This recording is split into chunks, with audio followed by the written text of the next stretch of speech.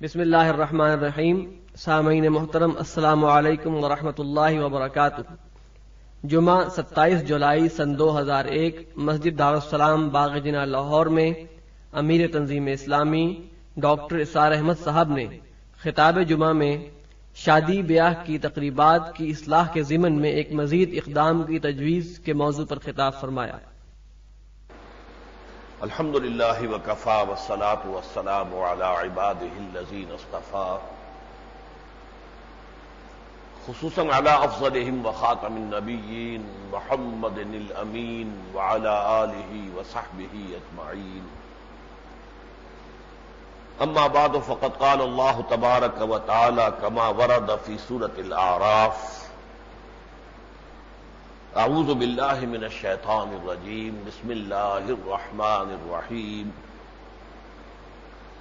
الذین یتبعون الرسول النبی الامی الذی یجدونہ مکتوبا عندہم فی التوراۃ والانجیل یأمرہم بالمعروف وینہاہم عن المنکر ویحل لہم الطیبات ویحرم علیہم الخبائث وَيَضَعُ عَنْهُمْ إِصْرَهُمْ وَالْأَغْلَالَ الَّتِي كَانَتْ عَلَيْهِمْ فَالَّذِينَ آمَنُوا بِهِ وَعَزَّرُوهُ وَنَصَرُوهُ وَاتَّبَعُوا النُّورَ الَّذِي أُنزِلَ مَعَهُ أُولَئِكَ هُمُ الْمُفْلِحُونَ۔ صدق اللہ العظیم۔ رب اشرح لي صدری ويسر لي أمری واحلل عقدة من لسانی يفقهوا قولی۔ اللهم ربنا الہمنا رشدنا واعذنا من شرور انفسنا، اللهم ارنا الحق حقا وارزقنا اتباعه وارنا الباطل باطلا وارزقنا اجتنابه، اللهم وفقنا لما تحب وترضى، آمین یا رب العالمین۔ آپ حضرات کے علم میں ہے کہ میری جو مساعی ہیں، جو بھی اللہ تعالی نے صلاحیت عطا کی، جو بھی قوت کار عطا فرمائی، اور جو بھی مہلت عمر عطا کی ہے، اس میں میری جد و جہد بھاگ دوڑ اصلاً دو کاموں کے لیے رہی ہے۔ نمبر ایک، تعلیم و تعلم قرآن، قرآن کا پڑھنا پڑھانا، سیکھنا سکھانا، سمجھنا سمجھانا۔ اور میں یہ انشراح صدر کے ساتھ کہہ سکتا ہوں کہ گزشتہ تقریباً 35 برس سے میری بیشتر مساعی، میرے بیشتر اوقات اسی کام میں لگے۔ ظاہر بات ہے کہ اس کے لیے جو موٹیویشن ملی، جو جذبہ محرکہ ملا، وہ صحیح بخاری کی حدیث حضرت عثمان بن عفان رضی اللہ تعالی عنہ سے کہ حضور نے فرمایا: خیرکم من تعلم القرآن وعلمہ، تم میں سے بہترین لوگ وہ ہیں جو قرآن سیکھیں اور سکھائیں۔ ظاہر بات ہے ہر انسان کے دل میں امنگ ہوتی ہے، میں بہتر سے بہتر زندگی اختیار کروں، اعلیٰ سے اعلیٰ رتبہ مجھے حاصل ہو جائے۔ فرق صرف یہ ہے کہ اگر تو صرف وہ دنیاوی اعتبار سے، مادی اعتبار سے، مال و دولت کے اعتبار سے، دنیاوی وجاہت اور اقتدار کے اعتبار سے اگر ہے پیش نظر، تو وہ نہایت مذموم ہے، نہایت ناپسندیدہ ہے، نہایت مہلک ہے۔ جیسے کہ فرمایا ہے سورہ قصص کے آخر میں: تلک الدار الآخرۃ نجعلھا للذین لا یریدون علوا فی الارض ولا فسادا، یہ آخرت کا گھر تو ہم نے مخصوص کر دیا ہے اپنے ان بندوں کے لیے جو اس زمین میں، اس دنیا میں اپنے لیے کسی بلندی کے خواہاں نہیں ہیں۔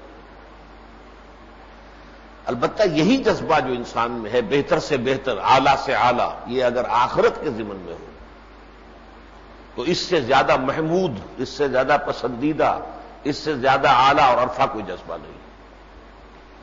تو جب انسان جو ہے طے کر لیتا ہے تو پھر کیوں وائی ٹو سیٹل فار لیس، جو سب سے اعلیٰ ہے۔ حضور کے قول مبارک کے مطابق خیرکم من تعلم القرآن وعلمہ، اور یہاں یہ خیرکم یہ سپرلیٹو ڈگری ہے انگریزی گرامر کے اعتبار سے، کمپیریٹو نہیں ہے۔ تم میں سے بہترین وہ ہیں کہ جو قرآن سیکھیں اور سکھائیں۔ دوسرا مسئلہ میرا رہا اللہ کے دین کی اقامت اور اس کے غلبے کی جد و جہد کے لیے ایک تحریک کا آغاز اور اس کے لیے ایک جماعت کی تیاری، حزب اللہ، ایک منظم جماعت، تاکہ نبی اکرم صلی اللہ علیہ وسلم کی نصرت کی جا سکے۔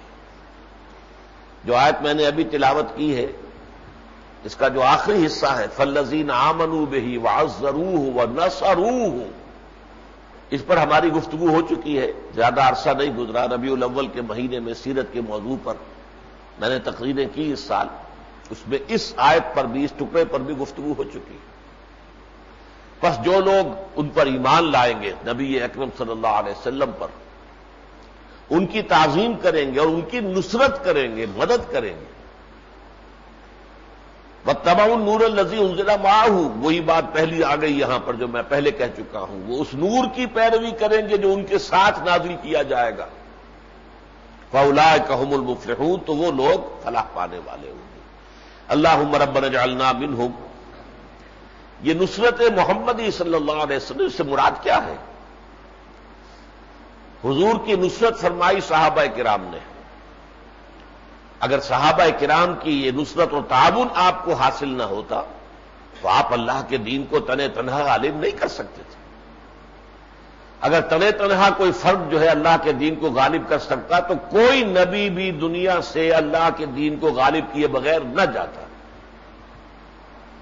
نبی تو ظاہر بات ہے اپنی ذات میں تو وہ ایک شخصیت کاملہ ہوتے تھے، اپنے اخلاق میں، اپنی سیرت میں، اپنے کردار میں، اپنے فہم میں، پھر ہر وقت کی اللہ کی طرف سے رہنمائی ملنے میں نبی کے اندر تو کوئی کمی نہیں ہوتی تھی۔ کمی اسی بات کی ہوتی تھی، معاشرے سے اگر ریسپانس نہیں ملی، ساتھی نہیں ملے، معاون مددگار نہیں ملے، حواری اور انصار نہیں ملے، صحابہ نہیں ملے، ظاہر بات ہے نبی کیا کر لے گا؟ اکیلا چنا جو ہے وہ بھاڑ کو پھوڑ نہیں سکتا۔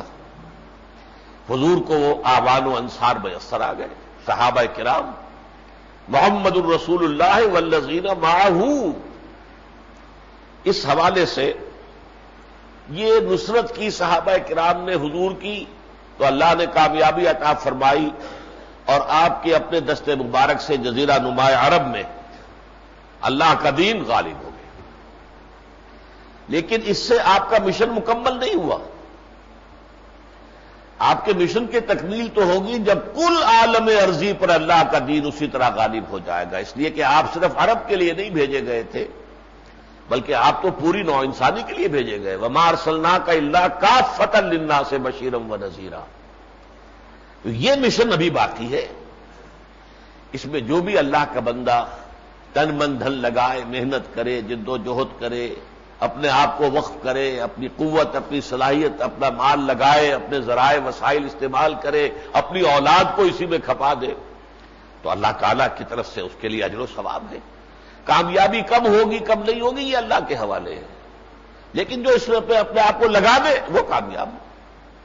بہرحال یہ دو جد و جہد رہی ہیں میری الحمدللہ، کہ سن 71 کے بعد سے لے کر تو اب یہ پورے 30 برس ہو گئے کہ میں پورے اطمینان سے کہہ سکتا ہوں کہ میں نے اپنا ایک لمحہ بھی دنیا کے لیے یا معاش کے لیے صرف نہیں کیا، ہمہ تن ہمہ وقت۔ لیکن اس سے بھی پہلے میں جیسا کہ بارہا عرض کر چکا ہوں، اللہ کا فضل مجھ پر رہا ہے کہ سن 50-51 سے میں اس جد و جہد میں ہوں یکسوئی کے ساتھ۔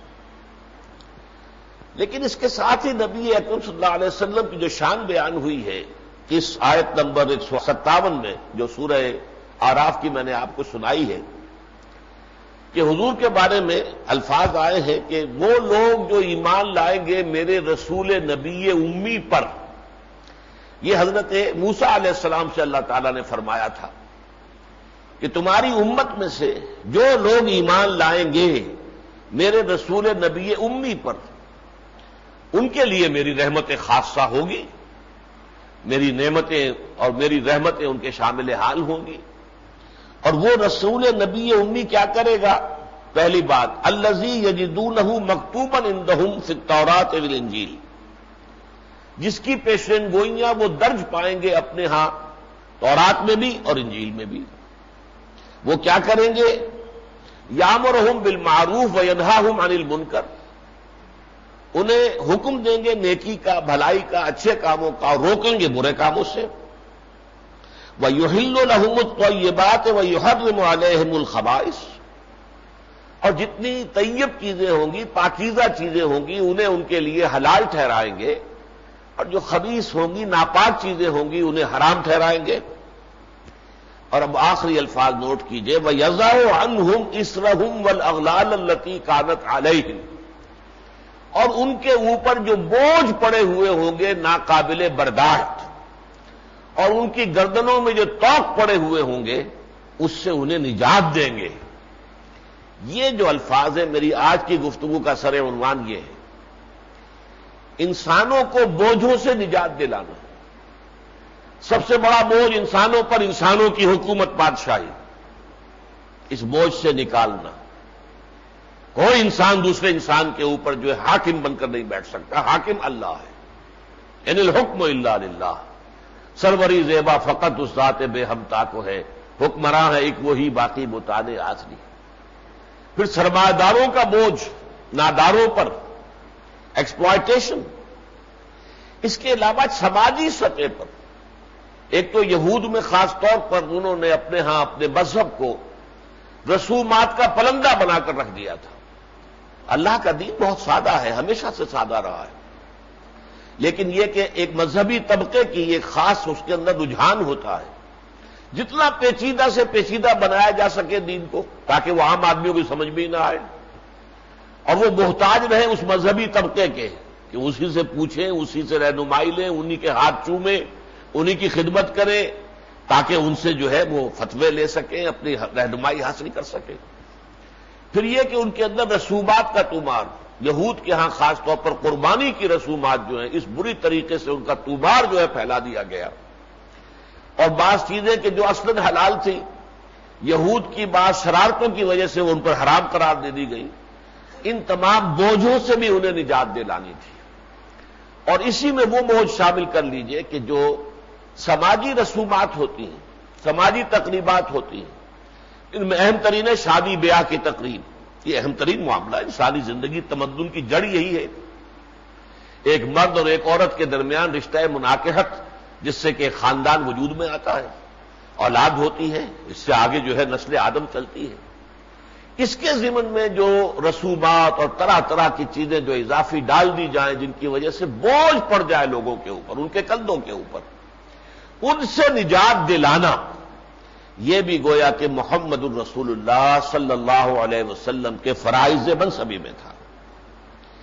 اس اعتبار سے ذرا نوٹ کیجئے کہ ہمارے ہاں شادی بیاہ کی تقریبات کے ضمن میں دو چیزیں ہیں کہ جنہوں نے نہایت پیچیدہ صورتحال اختیار کر لی۔ پہلی بات تو اسراف اور تبذیر۔ اسراف تو یہ ہے کہ کسی جائز ضرورت میں ضرورت سے زائد خرچ کیا جائے۔ کھانا آپ کی ضرورت ہے، یہ لازمی تقاضا ہے، لیکن 4 6 کورسز کا لنچ ہو اور ڈنر ہو، یہ اسراف ہے۔ ایک سالن روٹی آپ کی ضروریات پوری ہو جاتی ہیں، لیکن یہ کہ اس کے اندر جو ہے زیادتی کرنا، یہ اسراف ہے۔ تبذیر اس سے بھی بری بات ہے۔ ان اللہ لا يحب المسرفین، اللہ تعالیٰ کو تو مسرف بھی پسند نہیں ہے، اسراف کرنے والے بھی پسند نہیں ہیں، لیکن تبذیر کے بارے میں کہا گیا ان المبذرین کانوا اخوان الشیاطین، یہ تبذیر کرنے والے جو ہیں یہ تو شیطانوں کے بھائی ہیں۔ تبذیر کسے کہتے ہیں؟ بلا ضرورت خرچ کرنا، نام کے لیے، نمود کے لیے، شہرت کے لیے، ریاکاری کے لیے، اپنی دولت کے ظہور کے لیے، لوگوں پر دھونس جمانے کے لیے، ہم بڑے دولت مند ہیں، ہمارے پاس بڑی دولت ہے، اس کے اظہار کے لیے، یہ کام جو ہے یہ تبذیر ہے، جس کے بارے میں فرمایا یہ اخوان الشیاطین ہے، یہ شیطانوں کے بھائی ہیں۔ اس کی وجہ بھی سمجھ لیجئے، شیطان کے بارے میں اللہ تعالیٰ نے قرآن مجید میں فرمایا ہے کہ شیطان کا سب سے بڑا حربہ جو ہے، جو انسانوں کے خلاف وہ استعمال کرتا ہے، وہ یہ ہے کہ انما یرید الشیطان ان یوقع بینکم العداوۃ والبغضاء فی الخمر والمیسر۔ شیطان تو یہ چاہتا تمہارے درمیان بغض پیدا کر دے، دشمنی پیدا کر دے، نفرت پیدا کر دے۔ اب ظاہر بات ہے کہ ایک بڑی کوٹھی ہے، اس کوٹھی کی کہ رہنے والے جو ہیں، وہ صاحب جو ہیں اس کوٹھی کے مالک، ان کی بیٹی کی شادی ہے، پوری کوٹھی بقعہ نور بنی ہوئی ہے، پتوں کو ساتھ لگا دیے گئے ہیں قمقمے، اور زرق برق لباس پہنے ہوئے بیرے جو ہیں وہ گھوم رہے ہیں، اور کئی کئی کورسز کے کھانا انتہائی اسراف اور تبذیر کے ساتھ رنگا رنگ تقریب ہو رہی ہے۔ لیکن اسی کوٹھی کا کوئی چوکیدار بھی ہے، وہیں کوئی خانسامہ بھی ہے، صاحب کی گاڑی کا کوئی شوفر بھی ہے، ڈرائیور بھی ہے۔ ان کے دلوں پر کیا بیتتی ہے؟ ہو سکتا ہے ان میں سے کسی کے گھر میں اس کی بچی بیٹھی ہوئی ہو اور بوڑھی ہو رہی ہو، اور وہ اس کے ہاتھ پیلے نہیں کر سکتا، اور وہ دیکھے گا یہ صاحب کا جو معاملہ ہو رہا ہے، جو اللے تللے ہیں، جو پیسہ بہایا جا رہا ہے پانی کی طرح، تو اب بتائیے اس سے صاحب کے لیے اس کے دل میں محبت پیدا ہوگی، اخوت کا احساس جاگے گا۔ چاہے کتنا ہی آپ واس کہہ لیں انما المؤمنون اخوۃ، مومن تو سب بھائی بھائی ہے، وہ کیسے مانے گا کہ یہ بھائی ہے میرا؟ بغض، عداوت، دشمنی پیدا ہو۔ آپ دیکھتے ہیں پھر کرتے ہیں، ملازم لوگ ہیں کہ جو اپنے مالکوں کو جو ہے اور اپنے امپلائرز کو قتل کر دیتے ہیں، ان کا پیٹ پھاڑتے ہیں، سب کچھ ہوتا ہے، کیا نہیں ہوتا؟ اس لیے کہ ان کے دلوں کے اندر اس سے جو نفرت پیدا ہوتی، جو بغض پیدا ہوتا۔ تو تبذیر جو ہے در حقیقت شیطان کا بہت بڑا حربہ ہے، انسانوں میں ہیو اور ہیو ناٹس کا شعور پیدا کرنا، کہ کچھ تو وہ ہیں کہ جن کے پاس دولت کے انبار ہیں، اور کچھ وہ لوگ ہیں کہ جن کو اپنی بنیادی ضروریات زندگی بھی مہیا نہیں ہے۔ اس سے ظاہر بات ہے کہ معاشرہ تقسیم ہوتا ہے، ایک طرف مترفین ہوتے ہیں، ایک طرف محرومین ہو جاتے ہیں۔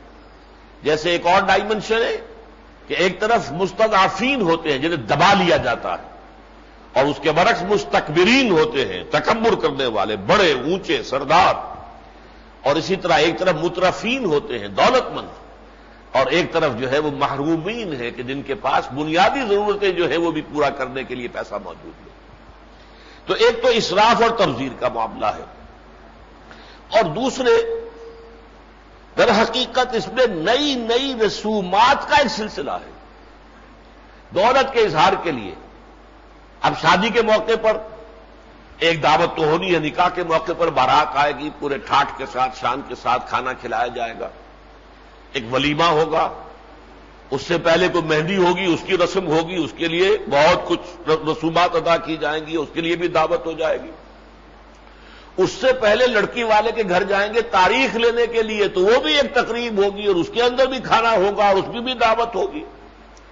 اس سے پہلے کہیں رشتہ پختہ کرنے کے لیے جائیں گے، یہ ساری تقریبات جن کا کوئی نام و نشان جو ہے ہمیں، جو ہمارے قرون اولا ہیں، جو سب سے اعلیٰ ادوار ہیں ہمارے، خیر امتی قرنی ثم الذین یلونہم ثم الذین یلونہم، حضور نے فرمایا بہترین جو ہے میری امت کا دور جو ہے وہ تو میرا دور ہے، پھر جو اس کے ساتھ ملحق ہیں یعنی صحابہ کرام، پھر تابعین، تبع تابعین، بس اللہ اللہ اور خیر صلی اللہ۔ حضور اور صحابہ تو ایک ہی دور میں ہو گئے، پھر یہ کہ تابعین کا دور ہے، پھر تبع تابعین کا دور ہے، تین دور ہیں، کوئی نشان نہیں ملتا۔ لیکن یہ کہ اس کے اندر اضافے ہوتے چلے جا رہے ہیں، اور اس کو میں اسر اور اغلال کیوں کہہ رہا ہوں؟ دیکھیے اسر کہتے ہیں بوجھ کو، یضع عنہم اسرہم والاغلال التی کانت علیہم۔ حضور کی ایک شان یہ ہے کہ وہ لوگوں پر سے ان کے بوجھ ہٹا رہے تھے۔ یہ دو لفظ عربی زبان میں آتے ہیں، اسر اور حمل۔ حمال جس سے کہتے ہیں پلے دار، بوجھ اٹھانے والا، حمال تو حملہ یحملو، اٹھانا، بوجھ اٹھانے والا۔ لیکن حمل اس کو کہتے ہیں کہ جس کو انسان لے کر چل سکے، یعنی قابل برداشت ہو، اس کی طاقت کے اندر ہو۔ اسر وہ بوجھ ہے کہ جو انسان کو دبا کے رکھ دے، چلنے نہ دے، اس کے پاؤں کانپنے لگے، اس کے پاؤں ڈگمگائیں، وہ اسر ہے، وہ بوجھ کے جو برداشت سے باہر ہو جائے۔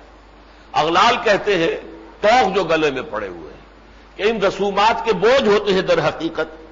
اس کی وجہ کیا ہے نوٹ کیجئے، امیروں کے لیے تو یہ چونچلے ہیں، اکثر و بیشتر جو پیسہ ہے لوگوں کے پاس حرام سے کمایا ہوا پیسہ ہے۔ آپ کے معاشرے میں شاید 1% بھی نہیں ہوں گے دولت مند لوگ کہ جنہوں نے حلال سے وہ کمایا ہوا، 1% بھی نہیں ہو سکتے۔ حرام کی کمائی ہے، ٹیکسز بچائے ہیں، جھوٹ بولے ہیں، یا اسمگلنگ کی ہے، انڈر انوائسنگ کی ہے، جو بھی کچھ کیا ہے، سب کچھ جو کچھ ہو رہا ہے ہمارے معاشرے میں، پھر سودی کاروبار ہے اس کا معاملہ چل رہا ہے، سٹا ہے اس کا معاملہ ہے، پھر سب سے زیادہ دولت مند تو ہیروئن کے جو بھی کاروبار کرنے والے ہیں، یہ سارے لوگ ہیں۔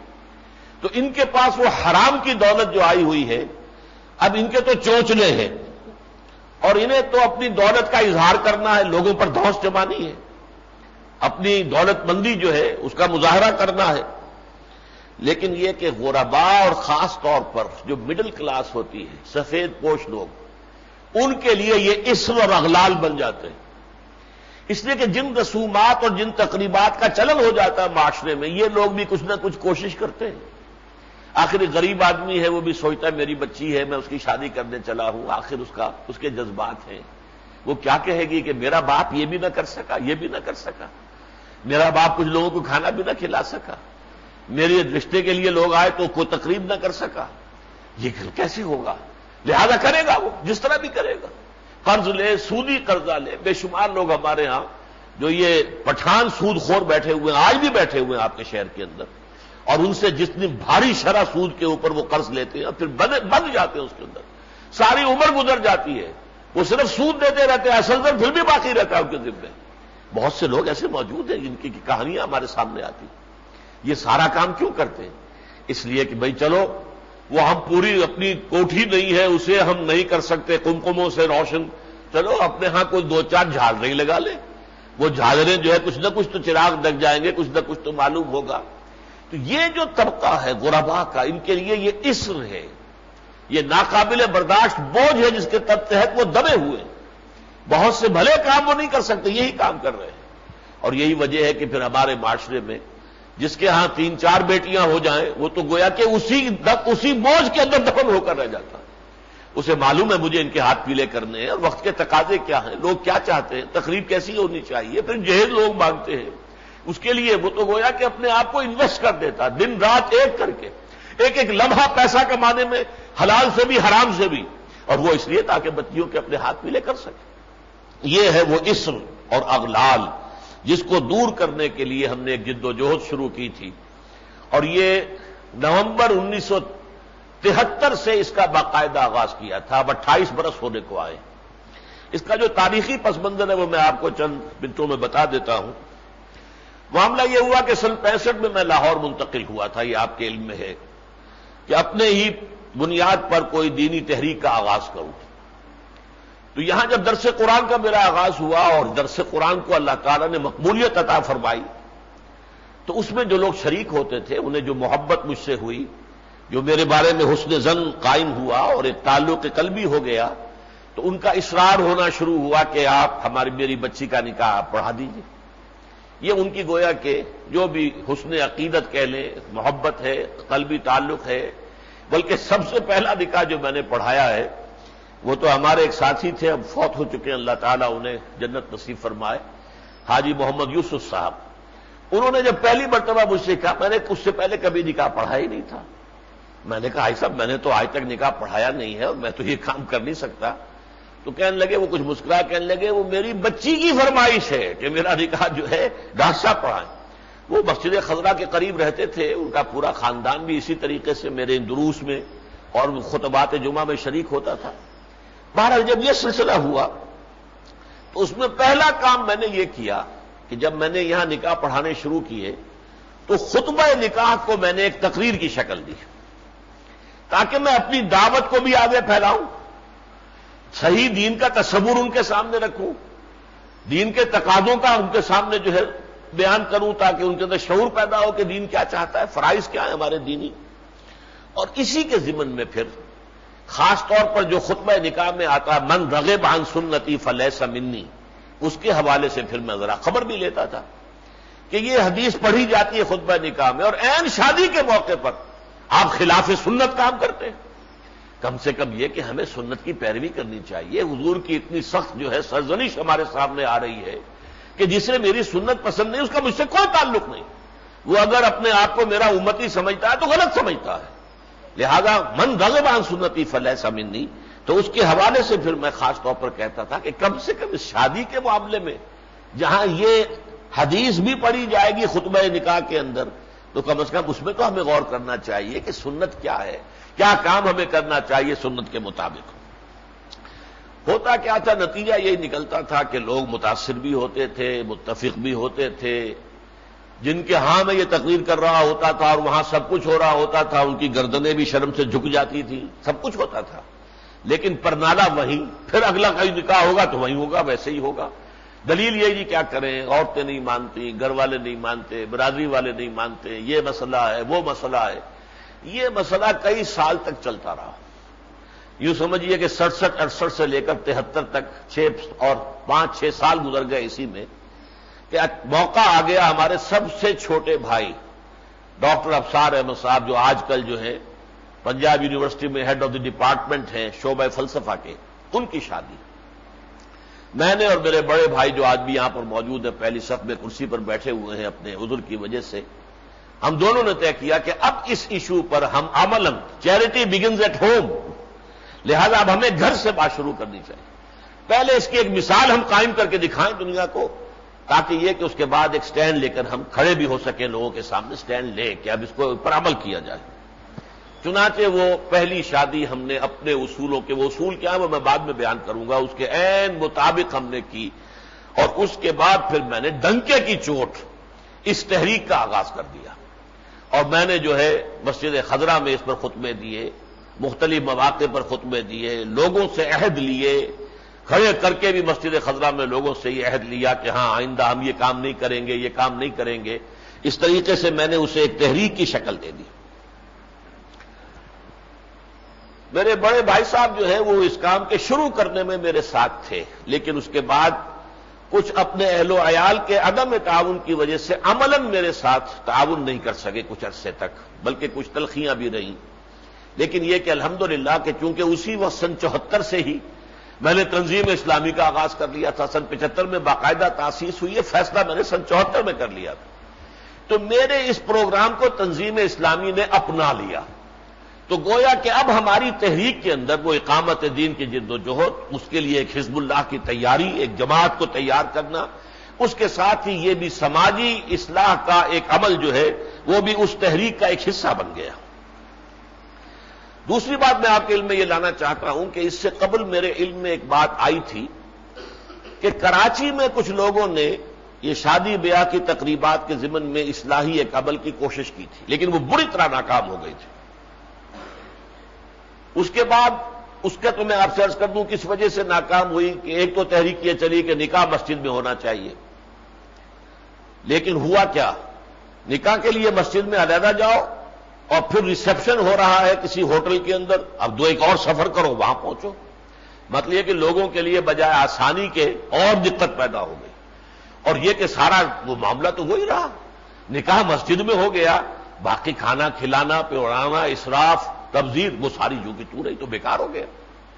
پھر آپ کو یاد ہوگا ضیاء الحق صاحب نے بھی بڑی محنت کی تھی، کچھ آرڈیننس بھی تھے، اتنے سے زیادہ مہمان نہیں ہونے چاہیے اور یہ نہیں ہونا چاہیے اور اتنے سے زیادہ شادی پر خرچ نہیں ہونا چاہیے، سب زیرو نتیجہ نکلا، کوئی چیز بھی ایسی نہیں تھی جس پر عمل ہو سکتا ہو، سوائے اس کے کہ کچھ پولیس والوں کو رشوت جو ہے مزید لینے کا موقع مل گیا لوگوں سے۔ باقی خود چونکہ ضیاء الحق صاحب بھی بعد میں سیاستدان بن گئے تھے، ان کی ایک سیاسی مجبوری تھی، وہ ایسی شادیوں میں بھی شریک ہوتے تھے جہاں 10-10 ہزار مہمان کھانا کھاتے تھے، آرڈیننس انہوں نے نافذ کیا ہوا تھا خود، لیکن خود بنفس نفیس شرکت فرماتے تھے ایسے موقعوں کے اوپر، اس لیے کہ وہ ان کی ایک مجبوری تھی سیاسی اعتبار سے، لہذا وہ کوشش بھی ناکام ہو گئی۔ اس میں مجھے یہ غور کرنا پڑا کہ یہ جو بار بار کی ناکامی ہوئی ہے اس کا سبب کیا ہے، اور ہم اس کی اگر تحریک اب شروع کریں تو اس کا کارنر سٹون کیا ہوگا، وہ مضبوط بنیاد اور چٹان کہ جو واقعتاً ٹھوس ہو، جس پر کسی عمل کا اگر آغاز ہو تو وہ پائیدار ہو۔ عام طور پر واس کہا جاتا تھا سادگی ہونی چاہیے، سادگی ہونی چاہیے، سادگی ہونی چاہیے۔ میں نے جب غور کیا اس نتیجے پر پہنچا کہ سادگی بے معنی لفظ ہے، ایک ریلیٹو ٹرم ہے، اضافی اصطلاح ہے۔ ایک کروڑ پتی کی سادگی کچھ اور ہے، ایک لکھ پتی کی سادگی کچھ اور ہے، ایک عام کلرک کی سادگی کچھ اور ہے، ایک بیچارہ جھگی میں رہنے والا اس کی سادگی کچھ اور ہے۔ تو سادگی کا تو کوئی ایک معنی ہے ہی نہیں، سادگی تو آربیٹریری ہے، بالکل ہی یوں سمجھیے ریلیٹو ٹرم ہے۔ پھر یہ کہ سماجی برائیوں کا حوالہ دے کر اپیل کرنا کہ باز آ جاؤ، خدا کے لیے باز آ جاؤ، یہ اپیل بھی کارگر نہیں ہوتی۔ مسلمانوں میں صرف ایک اپیل کارگر ہے اور وہ دینی اپیل ہے۔ دین کی بنیاد پر بات کی جائے تب بات جو ہے وہ کسی نہ کسی درجے میں قابل قبول ہوگی۔ لہذا اللہ تعالیٰ نے رہنمائی فرمائی، اور میں نے ایک اصول جو ہے راک فاؤنڈیشن جسے کہتے ہیں، یعنی چٹان جیسی جو ہے بنیاد، وہ اللہ تعالیٰ نے عطا فرما دی کہ ہم یہ اصول بنانے جو تقریب ثابت ہے صحابہ سے اور حضور سے وہ ضرور کی جائے، اور اپنی حیثیت کے مطابق ہر شخص کرے، زیادہ سے زیادہ سادگی کے ساتھ، لیکن اپنی حیثیت کے مطابق سادگی۔ لیکن جس رسم کا ہمیں سراغ نہ ملے حضور کے دور میں اور صحابہ کے دور میں، جب ہم کہتے ہیں کہ ہمارا دین وہ ہے ما انا علیہ و اصحابی، جب حضور نے فرمایا کہ بنی اسرائیل 72 فرقوں میں تقسیم ہو گئے تھے اور تم اے مسلمانوں 73 میں تقسیم ہو جاؤ گے، جن میں سے صرف ایک ہوگا جنتی، باقی 72 فرقے جہنمی ہوں گے۔ یہ حضور کی حدیث صحابہ نے سنی تو گھبرا گئے، اور انہوں نے پوچھا کہ حضور وہ کون ہوں گے؟ ناجی، فرقہ ناجیہ کون سا ہوگا، نجات پانے والا؟ آپ نے فرمایا ما انا علیہ و اصحابی، وہ لوگ جن کا عمل ہوگا اس پر کہ جو میرا معمول ہے اور میرے صحابہ کا معمول ہے۔ یہ ہمارے دین کی اصل جڑ اور بنیاد ہے، ما انا علیہ و اصحابی، جس پر میرا عمل ہے اور میرے صحابہ کا ہے۔ لہذا جو تقریب ثابت ہو سنت رسول سے، سنت صحابہ سے، سر آنکھوں پر، اور اسے آپ اپنی حیثیت کے مطابق زیادہ سے زیادہ سادگی سے ادا کریں، لیکن جس تقریب کا، جس رسم کا کوئی ثبوت نہ ہو، یہ مہدی کس بلا کا نام ہے، یہ اٹھنے لگانا کس بلا کا نام ہے، یہ جو نامعلوم اور کتنی ہے، میں تو ان تمام جو ہے تقریبات کے ناموں سے بھی واقف نہیں ہوں، 6 دعوتیں ایک ایک شادی کے ساتھ ہو رہی ہیں، جس کا کوئی ثبوت نہیں سرے سے، اس کو پاؤں تلے رون دیا جائے، اس لیے کہ ظاہر بات ہے کہ اگر اس کا کوئی ثبوت دور صحابہ سے نہیں ملتا ہمیں، حضور کی سنت میں اور صحابہ کی سنت میں نہیں ہے، تو یقیناً یہ باہر سے آئی ہوئی شے ہے، یہ کوئی خارجی شے ہے، یہ ہماری اپنی شے نہیں ہے، ہمارے دین کی شے نہیں ہے، بلکہ باہر سے آئی ہے، لہذا اس کو ختم کر دیا جائے۔ اس پر اللہ کا شکر ہے کہ جب میں نے ایک تحریک کا آغاز کیا تو رفتہ رفتہ اس نے کچھ قدم جمائے، اس کی جڑیں جو ہے زمین کے اندر نیچے اتری۔ وہ ابتدائی فیصلے کیا تھے وہ نوٹ کر لیجئے۔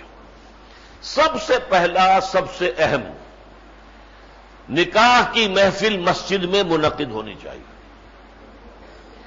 اس میں سب سے پہلے تو مجھے ایک حدیث مل گئی، ترمذی شریف کی روایت ہے، حضور نے فرمایا اعلنوا ھذا النکاح واجعلوہ فی المساجد، نکاح کا اعلان عام کیا کرو اور اسے مسجدوں میں منعقد کیا کرو۔ میں نے جب بھی یہ بات کہی ہے کہ حیرت ہوتی اس حدیث کے ہوتے ہوئے کیا ہو گیا ہمارے علماء کو، کیوں نہیں انہوں نے اس کی تحریک اٹھائی، کیوں نہیں یہ حدیث پہنچائی؟ اور واقعہ یہ ہے کہ ڈاکٹر عزیزم ڈاکٹر ابصار صاحب کا نکاح جب مسجد میں پڑھوایا میں نے سرگودا شہر میں، تو سرگودے کے مفتی محمد شفیع، ایک تو کراچی والے مشہور ہیں رحمۃ اللہ علیہ، ایک مفتی محمد شفیع سرگودے کے تھے، وہ بھی اس علاقے کے بہت بڑے عالم تھے، دیوبندی مکتب فکر کے۔ ان کا انتقال ہو چکا تھا، ان کے 2 بیٹے جو ہیں وہ مفتیان شہر کہلاتے تھے۔ میں نے انہیں بلایا، تقریر میں نے کی، لیکن نکاح ان سے پڑھوایا، اور انہوں نے صاف یہ بات تسلیم کی، ڈاکٹر صاحب ہمارے اندر ہمت نہیں تھی کہ ہم یہ کام کر سکتے، اللہ نے آپ کو توفیق دی۔ اس کی وجہ کیا ہے؟ ہمارے معاشرے میں علماء کا مقام وہ رہا ہی نہیں۔ شہروں میں تو پھر بھی کچھ نہ کچھ ان کا احترام ہو جاتا، دکھاوے کا احترام ہی صحیح، باقی تو اکثر و بیشتر کیا ہے، جو مینیجنگ کمیٹیز ہوتی ہے، مجلس منتظمہ، وہ انہیں اپنا ملازم سمجھتے ہیں، لیکن کہیں کہیں تو تگڑا مولوی بھی آ کر بیٹھ جاتا ہے، وہ اسرٹ کر لیتا ہے اپنے آپ کو، لیکن شاش دیہات میں تو مولوی کی حیثیت کمی کاری کی ہے، جیسے ان کی اور کمی کاری ہے ویسے بس کمی کاری ایک مولوی ہے، اس کو بھی سال کے سال فصل کے موقع پر کچھ گندم دے دینی ہے، اللہ اللہ خیر صلی اللہ، یہی ہے، اس کے سوا کچھ بھی نہیں۔ لہذا یہ جرت نہیں تھی کہ یہ بات کہیں۔ میں نے جب یہ بات کہنی شروع کی تو واقعہ یہ ہے کہ لوگ چونک گئے، حدیث موجود ہے، اعلنوا ھذا النکاح واجعلوہ فی المساجد۔ میں بھی یہ مانتا ہوں کہ یہ وجوب کے لیے نہیں ہے، یہ امر جو ہے یہاں پر اعلنوا ھذا النکاح واجعلوہ فی المساجد، فعل امر تو ہے، وجوب کے لیے نہیں، واجب نہیں ہے۔ کسی بھی جگہ نکاح ہو سکتا ہے، لڑکی کے گھر میں ہو سکتا ہے، کسی جگہ پر چوک میں ہو سکتا ہے، جہاں چاہو کر سکتے ہو، لیکن یہ کہ استحباب تو ہو گیا نا۔ مستحب تو ہے یہ کہ جب حضور نے فرمایا ہے تو مسجدوں میں نکاح منعقد کرو. پھر میں نے شرم دلائی لوگوں کو کہ دیکھو عیسائیوں نے آج تک اس روایت کو برقرار رکھا ہے. عیسائی بھی تو اصل میں تو اسلام کا مذہب بگڑا ہوا ہے نا. حضور سے پہلے رسول کون تھے؟ حضرت عیسیٰ علیہ السلام. تو ان کے پیروکار ان کے نام لیوا ہیں، یہ اہل کتاب ہیں. ان کے ہاں شادی آج بھی چرچ میں ہوتی ہے، کیونکہ وہاں پردہ نہیں ہے ان کے ہاں، لہذا لڑکا لڑکی دونوں موجود ہوتے ہیں، پادری کے سامنے کھڑے ہو کر ایجاب و قبول کرتے ہیں. اور ہم نے معاملہ جو ہے اپنے مولوی کا اتنا گرا دیا کہ گویا کہ، اور ہم نے سمجھا کہ ہمارے حیثیت کے یہ منافی ہے. میری بیٹی اس کا نکاح مسجد میں پڑھا جائے؟ کیا میں جو ہے بڑے عمدہ جو ہے بہت ہی قیمتی قسم کے شامیانے نہیں لگا سکتا؟ کیا میں وہاں پر قالین نہیں بچھا سکتا؟ کیا میں وہاں پر صوفے نہیں بچھا سکتا؟ کیا یہ کام میں نہیں کر سکتا؟ میں سب کچھ کر سکتا ہوں، مسجد میں کیوں ہو؟ لیکن میں نے کہا کہ شرم کیجئے کہ یہود عیسائیوں نے ابھی تک یہ مقام جو ہے برقرار رکھا ہے. چاہے کوئی پرنس ہو پرنسس ہو کوئی ہو، شادی جا کر وہ ہوگی اور چرچ کے اندر اور کھڑے ہو کر سامنے جو پادری ہے ان کا، وہ اس کے سامنے کھڑے ہو کر ایجاب و قبول ہوگا. تیسری بات میں نے کہی غیرت کو للکارنے کے لیے، لوگوں سوچو اگر حضور کی لخت جگر فاطمہ رضی اللہ تعالی عنہا کا نکاح مسجد میں ہو سکتا تھا، تو ہم میں سے کون ہے جو یہ سمجھے کہ میری بیٹی کی عزت زیادہ ہے یا میری عزت محمد کی عزت سے زیادہ ہے؟ معاذ اللہ ثم معاذ اللہ ثم معاذ اللہ، نقل کفر نباشد. اس طریقے سے چوتھی دلیل میں نے یہ دی کہ دیکھیے اس میں دعا کی ضرورت ہوتی ہے. ایک نئے خاندان کی بنیاد پڑتی ہے. ہم دعا کرتے ہیں ان کے لیے کہ اللہ ان کو خیر اور سعادت عطا فرما دین اور دنیا کی. دعا کا ماحول ظاہر بات ہے مسجد میں ہوتا ہے. دعا کا ماحول وہاں تو نہیں ہوتا. آپ نے عالی شان جو ہے وہ لگا لیے ہیں شامیانے بھی، اور وہاں پہ صوفے بھی ہیں، قالین بھی ہیں، لیکن سگریٹ نوشی ہو رہی ہوتی ہے، دھوئیں کے بادل ہوتے ہیں وہاں. پھر کہیں وہ آ جاتے ہیں وہ بھانڈ اور میراثی فحش گوئی کرتے ہیں، فحش لطیفے بیان کر رہے ہوتے ہیں، تو قہقہ لگ رہے ہوتے ہیں.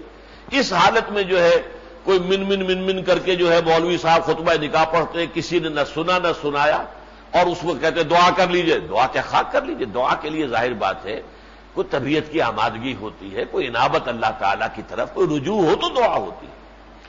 اور آخری بات میں نے کہا کہ اس سے یقیناً جو اضافی خرچہ ہوتا ہے، جو آپ یہ شامیانے لگائیں اور صوفے بچھائیں اور صوفوں کے نیچے قالین لگائیں، اس سے اللہ تعالیٰ آپ کو بچت دیتا ہے. تو یہ میں نے جب دلیلیں دی ہیں 5، تو یہ بات تو ایسی ہے جو بڑی آسانی سے لوگوں کے حلق سے اتر گئی اور اس پر عمل بہت بڑے پیمانے پر فوری طور پر شروع ہو گیا تھا. دوسری بات میں نے یہ کی، خطبہ نکاح خطبے کی شکل میں ہونا چاہیے. یہ کوئی جنتر منتر نہیں ہے جیسے ہندوؤں کے ہوتے ہیں، اشلوک پڑھ دیے گئے بس. اور وہ بھی چونکہ ان کے سنسکرت میں ہوتے ہیں، سنسکرت عام طور پر ہندو بھی نہیں جانتا سنسکرت. اب تو کچھ پھر بھی زندہ ہو گئی ہے زبان. یہودیوں نے اپنی زبان جو ہے عبرانی اسے زندہ کر لیا ہے، اور ہندوؤں نے اپنی سنسکرت کو زندہ کر لیا ہے. پھر بھی عام آدمی نہیں جانتا، تو وہ اشلوک پڑھ لیجیے بس جنتر منتر کے طور پر. اور وہ پھر پڑھا بھی ایسا جاتا ہے جیسے کہ صرف دولہا کو سنانا مقصود ہے. ایک کونے میں بیٹھے ہوئے، باقی جو ہے وہ خیموں کے اندر لوگ بیٹھے ہوئے ہیں، گپیں لڑ رہی ہیں، تو وہ گویا کہ صرف جو ہے وہ اس دولہا کو سنا دیا جاتا ہے. نہ دولہا کو پتا کہ میں نے کیا خطبہ سنا ہے، کیا مجھے سنایا گیا خطبے کے اندر. اس کی بجائے ہم نے کہا کہ خطبہ تو ہوتا ہے تعلیم کے لیے، تلقین کے لیے، واعظ کے لیے، نصیحت کے لیے. اب جیسے خطبہ جمعہ ہے، عربی زبان میں ہے، زبان یار من ترکی و من ترکی نمیدانم، ہم نہیں جانتے، لیکن اسی کی تلافی ہم کرتے ہیں. یہ میں جو خطاب کر رہا ہوں یہ خطاب ہے جمعہ، یہ اس کی تلافی کرنے کے لیے کہ جو کام تعلیم کا، تلقین کا، واعظ کا، نصیحت کا، یہ تعلیم بالغاں کا نظام ہے جو محمد الرسول اللہ نے ہمیں دیا ہے خطبہ جمعہ کی شکل میں، تو اس کو عام تقریر کے ذریعے سے پورا کیا جائے. لہذا یہ کہ پڑھتا میں وہی خطبہ ہوں، اور میرے ساتھی جو بھی اب نکاح پڑھا رہے ہیں، اب تو بہت سے ساتھی ہیں جو پڑھا رہے ہیں نکاح، تو وہ خطبہ وہی جو مسنون ہے، لیکن اس کی وضاحت، اس کا ترجمہ، وعظ و نصیحت دولہا کے لیے بھی. اور اگر کہیں ایسا بھی انتظام ہو کہ دلہن بھی کہیں پاس ہی ہو، ہماری مسجد میں ہے قرآن اکیڈمی میں، اس کا قرآن ہال جو ہے اس میں خواتین کا ہال علیحدہ، اس میں خواتین آتی ہیں، اور اکثر و بیشتر جو ہے وہاں پہ دلہن بھی آتی ہے، وہیں سے رخصت ہوتی ہے گھر سے. اور بجائے اس کے گھر پر جائیں، اور گھر پر جائیں تو ظاہر بات ہے کہ کوئی نہ کوئی تقریب ہو جائے گی، کچھ نہ کچھ کھلانا پلانا ہو جائے گا. اللہ کے گھر سے رخصت ہونے میں وہ ایک لعنت بھی بیچ میں سے نکل جاتی ہے. اس حوالے سے وہ بھی اللہ کی بندی جو ہے سن رہی ہو کہ اس خطبہ نکاح کے اندر کیا بات اور نصیحت میرے لیے ہے، دولہا بھی سن رہا ہو، اور جو سب لوگ موجود ہیں ان کے بھی علم میں اضافہ ہو جائے، ان کے لیے بھی تذکیر ہو، نصیحت ہو، تو اور اس میں خطبہ نکاح جو ہے اس کا ترجمہ اور تشریح شامل کر دی جائے۔ تیسری بات یہ طے کی کہ لڑکی والوں کی طرف سے کوئی دعوت طعام نہیں۔ اس کے ضمن میں طعام العرس جو ہے، یعنی شادی کا کھانا، شادی کی دعوت، یہ صرف ایک ہے اور وہ لڑکے کی طرف سے۔ یہ بات بڑی فطری ہے، اور اس کے لیے آپ نوٹ کیجئے، سب سے پہلی بات تو یہ کہ حضور نے ولیمے کی، جسے ہم ولیمہ کہتے ہیں، تاکید کی ہے انتہائی۔ ایک تو آپ نے ایک حدیث آتی ہے متفقن علیہ، بخاری اور مسلم دونوں کی، حضرت عبد الرحمن ابن عوف نے ایک نکاح کیا تھا، اس کے بعد حضور نے فرمایا جب آپ کے علم میں آیا اولم ولو بشاتن، عبد الرحمن ولیمہ ضرور کرو، چاہے ایک ہی بکری کا کرو، اگر ایک ہی بکری ہے تمہارے پاس اسی کو ذبح کرو، اس کا گوشت جو ہے پکاؤ اور لوگوں کو کھلاؤ۔ ساتھ ہی فرمایا اولموا ولو بشاتن، پھر ساتھ ہی فرمایا اذا دعی احدکم الی الولیمۃ فلیاتھا۔ یہ بھی بخاری اور مسلم دونوں کی روایت ہے۔ میں حیران ہوا، آج پہلی مرتبہ میں نے بھی ان کا جائزہ لیا حوالوں کے اعتبار سے، ویسے یہ حدیثیں میں پڑھتا رہا ہوں اپنے خطبہ نکاح میں، لیکن تینوں حدیثیں متفقن علیہ ہیں، بخاری اور مسلم دونوں کے اندر موجود۔ جب تم میں سے کسی کو ولیمے کی دعوت دی جائے تو ضرور جائے۔ حالانکہ اب تیسری حدیث سنیے تو آپ کے سامنے آئے گی حکمت نبوت۔ حضور تیسری حدیث میں فرماتے شر الطعام طعام الولیمہ، ولیمے کا کھانا برا کھانا ہے۔ کیوں؟ یدعا الیہا الاغنیاء ویترک الفقراء، اس میں امیروں کو بلایا جاتا ہے، غریبوں کو چھوڑ دیا جاتا ہے۔ ظاہر بات ہے، ولیمہ تو ہوتا ہے اپنے دوستوں، اپنے رشتہ داروں، اپنے عزیزوں، اپنے احباب کو انٹرٹین کرنے کے لیے، وہ کوئی مسلی کھلانے کے لیے تو نہیں ہوتا، یا کسی گناہ کا کفارہ ادا کرنے کے لیے تو نہیں ہوتا کہ مسکینوں کو کھانا کھلانا ہے۔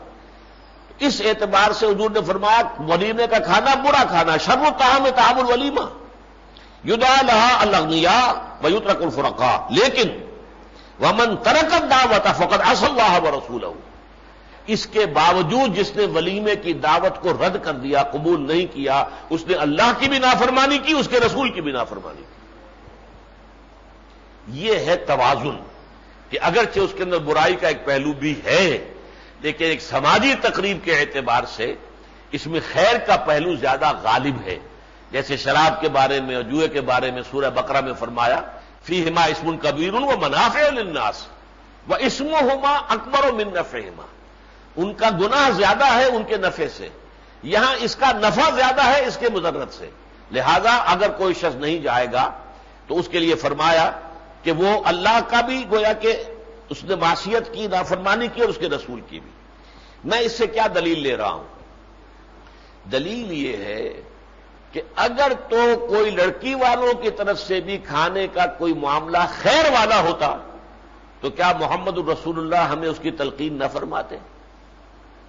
جبکہ ولیمے کی تلقین اور اتنی زوردار تلقین ہو رہی ہے، جبکہ ہمیں معلوم ہے کہ حضور نے زندگی کے ہر گوشے سے متعلق ہمیں ہدایات دے دی، یہاں تک کہ ہمیں طہارت کرنی سکھائی ہے، کیسے طہارت کریں، اور اس کو کہا حضور نے فخر کرو اس پر۔ جب کچھ لوگوں نے آ کر کہا کہ یہودی جو ہمارا مذاق اڑاتے ہیں، کوئی صحابہ نے کہا کہ تمہارے رسول تمہیں بڑی چھوٹی چھوٹی باتوں کی تعلیم دیتے ہیں، آپ نے فرمایا ان سے کہا ہاں ہمارے رسول نے ہمیں استنجا کرنا بھی سکھایا ہے، یہ بھی انسانی زندگی کا ایک معاملہ ہے، طہارت جو ہے اس کے اوپر ہی تو سارا معاملہ جو ہے آگے دار و مدار ہے عبادت کے قبول ہونے کا، اور ہمارے رسول نے تو سکھایا ہے۔ تو اگر کوئی خیر ہوتا ہے اس میں تو یقیناً اللہ تعالیٰ کے نبی نے ہمیں اس سے محروم نہ رکھا ہوتا، اس میں کوئی خیر ہے ہی نہیں۔ پھر دوسری بات یہ ہے، جو اصل انڈر لائن پرنسپل مجھے معلوم ہوتا ہے اس پورے معاملے میں، حکمت دین اسی کا نام ہے کہ آپ حکمت معلوم کریں احکام کے اندر۔ مجھے حکمت جو نظر آئی ہے وہ یہ ہے کہ شادی بیاہ کے معاملے میں ہماری شریعت کا جو حکیمانہ جو احکام ہیں ان میں اصل مضمر حکمت یہ ہے لڑکی والوں پر کوئی بوجھ نہ آئے۔ لڑکی گھر سے نکل رہی ہے، ماں باپ نے پالا ہے، پوسا ہے، تعلیم دی ہے، تادیب کی ہے، اب وہ تمہارے حوالے کر رہے ہیں۔ مزید کوئی بوجھ شادی کے حوالے سے قطعاً نہیں۔ لڑکے والے کا گھر آباد ہو رہا ہے، لڑکے کا گھر آباد ہو رہا ہے، اس کے ہاں خوشی ہے، وہ جشن منائے، وہ ولیمہ کرے، لیکن لڑکی والے کے اوپر شادی کے معاملے میں کوئی بوجھ مالی اعتبار سے نہیں آنا چاہیے۔ وہ جو میں نے پہلے آپ سے عرض کیا تھا کہ جس کے 4-5 بچیاں ہو جائیں وہ تو گویا کہ زندہ درگور ہو جاتا ہے، اس لیے کہ اسے معلوم ہے کہ کتنا بڑا بوجھ جو ہے سماجی سطح پر میرے کندھے پر آ گیا ہے، وہ تو گویا کہ رہن رکھا گیا، اسی کے لیے اس کی ساری جو ہے ان صلاتی و نسکی و محیایا و مماتی، وہ صرف اس کی بنات کے لیے رہ جاتا ہے کہ اس کے لیے اس تیار کرنا ہے، اس کے لیے جہیز تیار کرنا ہے، تقریبات تیار کرنی ہے، لڑکوں کے مطالبات پورے کرنے ہیں، معاذ اللہ ثم معاذ اللہ۔ لیکن شریعت کے اندر معلوم ہوتا ہے کہ لڑکی والوں پر سرے سے کوئی بوجھ نہ ہے، اور ویسے بھی ایک بڑی عقلی دلیل بھی ہے۔ دیکھیے، لڑکی والوں کے لیے یہ خوشی کا موقع نہیں ہوتا، زیادہ سے زیادہ آپ یہ کہہ سکتے ہیں کہ ایک سائی آف ریلیف، کہ ایک ذمہ داری تھی آج وہ ادا ہو گئی، بس ایک اطمینان یہ تو ہوتا ہے۔ ایک ذمہ داری کا بوجھ تھا، وہ آج کندھے سے اتر گیا، لیکن ظاہر بات ہے وہ 18، 20، 22، 23 برس آپ کے گھر میں رہی ہے، آپ کی لخت جگر ہے، دور چشم ہے، وہ آج گھر سے نکل رہی ہے، کیا خوشی ہوگی کسی کو؟ کیا آپ نے دیکھا نہیں ہے کہ جب رخصتی ہو رہی ہوتی ہے ماؤں کو غشی پڑی ہوتی ہے، بہن بھائی رو رہے ہوتے ہیں، باپوں کی آنکھوں میں آنسو موجود ہوتے ہیں۔ میں اپنے آنسو نہیں ضبط کر سکا، 5 مرتبہ جو ہے میں نے بھی اپنے گھر سے اپنے بچیوں کو رخصت کیا، بلکہ 6 مرتبہ کیا۔ ایک بچی جب بیوہ ہو گئی، ایک حادثے کی وجہ سے میرے داماد کا انتقال ہو گیا، تو دوسری مرتبہ اس کی شادی کی، تو اس حوالے سے 6 مرتبہ میں نے کیا، بلکہ 7 مرتبہ ایک اور بچی کا میں نے جو ہے، چونکہ اس کی حالات کچھ ایسے ٹھیک نہیں تھے کہ ہم نے کھولا لی ہے، تو اس کی بھی کھولا لینے کے بعد دوبارہ شادی کی، تو 5 بچیوں کو 7 مرتبہ میں نے اپنے گھر سے رخصت کیا ہے۔ آنکھوں میں آنسو آئے، پھر یہ کہ ایک اندیشہ سا ہوتا ہے، ٹھیک ہے آپ نے جتنی بھی سوچ بچار ہو سکتی تھی، دیکھ بھال ہو سکتا تھا، کر لیا ہے، لیکن یہ کہ مزاجوں میں موافقت ہو نہ ہو، بالکل نئے ماحول میں جا رہی ہے، وہاں جا کر ایڈجسٹ ہو نہ ہو، بیل بنڈے چڑھے نہ چڑھے، ایک اندیشے جو ہے لازماً موجود رہتے سب کانشیس مائنڈ کے اندر۔ لہذا ان کے ذریعے سے، ان کے ہاتھوں سے مرغ پلاؤ لے کر کھانا میرے نزدیک انتہائی کمینگی کا کام ہے، جنات کا کام ہے۔ ہاں خوشی ہے جس کا گھر آباد ہوا ہے، وہ اپنی خوشی میں آپ کو شریک کرے، جائیے اس کے ساتھ کا ولیمہ جو ہے اس میں شرکت کیجیے، وہ اپنا جشن منائے۔ اور حد یہ ہے کہ ہمارے ہاں جب نکاح لڑکی کے گھر پہ ہو رہا ہوتا ہے تب بھی آپ کو معلوم ہے کہ جو چھوارے ہیں نکاح کے وہ لڑکے والے لے کر آتے ہیں، لیکن پھر مرغ پلاؤ کھاتے ہیں، متنجن کھاتے ہیں لڑکی والوں کے ہاتھ سے۔ یہ عجیب ہے ملغوبہ کہ جن سے آپ نے وہ دعوت کھانی ہے، کیا وہ چھوارے نہیں بانٹ سکتے تھے؟ لیکن چھوارے تو لڑکے والے لائیں گے۔ یہ بالکل ایسا ہی ہے، میں نے کئی مرتبہ بیان کیا ہے اپنے خطبہ نکاح میں۔ جیسے میوات کے بارے میں مجھے معلوم ہوا کہ ایک روایت تھی، کیونکہ وہ لوگ مسلمان تو کبھی ہو گئے تھے، اسلامی تعلیم تربیت ان کی ہوئی نہیں، تو ان کے ہاں جب شادی ہوتی تھی بعض علاقوں میں، تو پہلے تو مولوی صاحب، مولوی کہتے ہیں، وہ مولوی نہیں کہتے، مولوی صاحب آئے، انہوں نے ایجاب و قبول کرا دیا۔ ان کا اطمینان نہیں ہوتا تھا کہ بس یہ کہنے سے، ایجاب و قبول سے بات پکی ہو گئی، وہ اس کے بعد کیا کرتے تھے، پھیرے بھی ڈلوا لیتے تھے، تاکہ یہ ہے کہ لڑکے کا لڑکی کا دامن باندھ دیا جائے، کپڑے میں گرہ لگتی ہے۔ عقد نکاح، عقد کہتے ہیں کسے، عقدہ گانٹھ کو کہتے ہیں، تو یہ گانٹھ بن گئی اب، اور سب لوگوں کے سامنے وہ پھیرے 7 مرتبہ جب انہوں نے لگائے، اب پکی بات ہو گئی، اطمینان ہو گیا۔ تو وہ یہ کرتے تھے کہ نکاح جو ہے مولوی جی جو ہے وہ آ کے بول پڑھا دیں گے، یہ بول پڑھانا کہلاتا ہے ان کے ہاں، اور پھر اس کے بعد وہ پھیرے کر لیں گے۔ بالکل یہی معاملہ ہمارا ہے کہ نکاح کی محفل میں تقسیم کے لیے چھوارے تو لڑکے والے لے کر آئیں گے، لیکن پھر متنجن اور مرغ پلاؤ جو ہے وہ لڑکی والے کھلائیں گے۔ گویا کہ ایک شے ہماری اصل اسلامی روح کی بھی باقی ہے، اور ایک ہندوانہ پس منظر جو ہے وہ شامل ہو گیا۔ چوتھی چیز جو ہے، جو از خود ان 3 باتوں کے نتیجے میں ظہور میں آتی ہے، بارات کا تصور ختم۔ اور بارات وہ لفظ ہے جس کے لیے نہ قرآن میں کوئی لفظ ہے، نہ حدیث میں کوئی لفظ ہے، عربی زبان میں کوئی لفظ نہیں، حالانکہ عربی زبان وہ ہے جس میں شیر کے لیے 5000 الفاظ ہیں، تلوار کے لیے 5000 الفاظ ہیں، اس کی ووکیبلری جو ہے بہت وسیع ہے. بارات کا کوئی لفظ ہی نہیں عربی زبان میں، تصور ہی نہیں اسلام میں. یہ بارات خالص عجمی تصور ہے. اور یہ ہندوستان میں تو وہاں ہندوانہ پس منظر میں جنج کا تصور جو ہے، عام طور پر ایک گاؤں سے دوسرے گاؤں جاتے تھے اور معلوم تھا کہ وہاں سے جہیز لے کر آئیں گے، اور وہ جہیز جو ہے راستے میں ڈاکو جو ہے حملہ کر کے لوٹ سکتے ہیں، لہذا یہاں سے جتھا بنا کر جائیں گے. وہ جنج جو ہے وہ جتھا ہوتا تھا. وہاں پر جا کر ایک دن 2 دن ان کے سر پر، ان کے چھاتی پر مونگ ڈلیں گے، کھائیں گے، خوب عیش کریں گے. جنج گھر بنے ہوئے اس کے لیے. اور پھر وہاں سے مال غنیمت سے لدے پھندے واپس آئیں گے، تو اس کے لیے ظاہر بات ہے جتھا ہونا چاہیے. وہ جتھا جو ہے وہ بارات. تو اسلام میں اس کا کوئی تصور نہیں. اللہ کا گھر ہے، اس میں آؤ، لڑکی والے آ گئے، لڑکے والے آ گئے، اور ایجاب و قبول ہو گیا، نکاح ہو گیا، اپنے اپنے گھروں کو جاؤ. بچی کو رخصت کرو. اور بچی کی رخصت کرنے کی کوئی تقریب نہیں ہے اسلام میں. اس وقت بھی ایک تقریب ہو جاتی ہے، رخصت ہو رہی ہے. حضرت فاطمہ رضی اللہ تعالی عنہا کو کچھ خواتین جا کر خود چھوڑ کر آئی تھی حضرت علی کے حجرے میں. حضرت علی آئے بھی نہیں تھے لینے کے لیے. نکاح ہو گیا، اس کے بعد کچھ خواتین حضرت فاطمہ کو لے کر اور گئی ہیں. وہ حجرہ جو ایک انصاری صحابی نے دیا تھا حضرت علی کے پاس، تو گھر بھی نہیں تھا، اس کے اندر جو ہے جا کر پہنچا دیا. اللہ خیر سے رخصتی کی کوئی رسم نہیں، کوئی تقریب نہیں. یہاں یہ کہ اس کی ایک علیحدہ تقریب ہوتی ہے، اس کی ایک رسم جو ہے خود ایک اضافی جو ہے وہ رخصتی کی بن گئی ہے. بہرحال اسلام میں اس کا کوئی تصور نہیں. آخری چیز یہ کہ جہیز کے بارے میں ظاہر بات ہے کہ اصل تو یہ ہے کہ اسلام میں جہیز کا کوئی تصور نہیں. یہ خالص ہندوانہ تصور ہے. اور اس کی وجہ کیا ہے؟ ہندوؤں میں لڑکی وارث نہیں ہے، اسے ماں باپ کی وراثت میں سے کوئی حصہ نہیں ملتا. تو جب لڑکی کو گھر سے رخصت کرتے ہیں، دے دلا کر دان دہیج جس کو کہتے ہیں، وہ یہ گویا کہ ایک طرح کی خیرات ہے جو لڑکی کو دیتے ہیں، ورنہ لڑکی کا حق کوئی نہیں ہے. اور اسے دے کر رخصت کر دیا. اب اس کا کوئی حق نہیں ہے ماں باپ کی وراثت کے اندر. اسلام میں اس کے بالکل برعکس، لڑکی بھی وارث ہے، اگرچہ بیٹے کے مقابلے میں بیٹی کا حصہ آدھا ہے. اس کی اپنی حکمت ہے. علامہ اقبال نے بڑی تفصیل سے بیان کیا اپنے خطبات میں کہ اس بہت حکمت پر مبنی ہے یہ قانون وراثت جو ہے اسلام کا. لیکن یہ ہے کہ وارث ہے، مما قل منہ او کثر. وراثت تھوڑی ہو یا زیادہ ہو، تقسیم ہونی چاہیے قرآن مجید کے قاعدے کے مطابق. لڑکوں کا حصہ بھی ہے، لڑکی کا حصہ بھی ہے.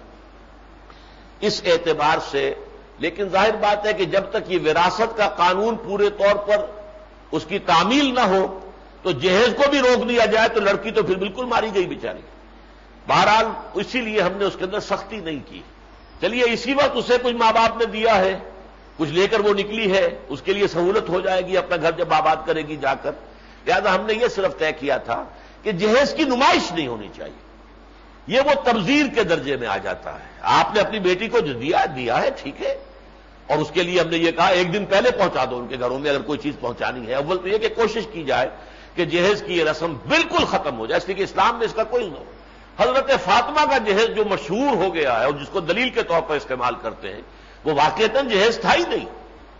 اس کی تفصیل یہ ہے کہ حضرت فاطمہ کے والد بھی حضور اور حضرت علی کے ولی بھی حضور. حضرت علی کا اور کون تھا وہاں پر؟ کوئی بھی نہیں. حضرت علی نے جب پیش کی ہے، اپنی درخواست پیش کی ہے، رشتہ مانگا ہے حضرت فاطمہ کا، حضور نے فوراً تسلیم کر لیا، قبول کر لیا. پھر پوچھا تمہارے پاس مہر دینے کے لیے کچھ ہے؟ عرض کیا کچھ نہیں میرے پاس. حضور نے فرمایا تمہاری وہ ایک زرہ ہوتی تھی. جی ہاں وہ تو ہے. اسے حضرت علی نے شمار نہیں کیا، وہ تو جنگ کی ضرورت کے لیے شے ہے. حضور نے فرمایا اسے بیچو یا کہیں گروی رکھو، کچھ پیسے لے کر آؤ، اس میں مہر تو ہے، مہر تو دینا ہے. وہ گئے، حضرت عثمان نے وہ خرید لیا، اگرچہ بعد میں یہ زرہ بھی واپس کر دی. اس وقت وہ زرہ جو ہے گویا کہ خرید لی، پیسے دے دیے. وہ پیسے لا کر حضرت علی نے حضور کی خدمت میں پیش کر دیے. اس میں سے حضور نے کچھ پیسے گھر میں بھیج دیے اندر حجرے میں کہ حضرت فاطمہ کو تیار کیا جائے، کو خوشبو وغیرہ دلہن کی گویا کہ آرائش میں. اور پھر بقیہ جو ہے ان سے وہ چیزیں بنا دی.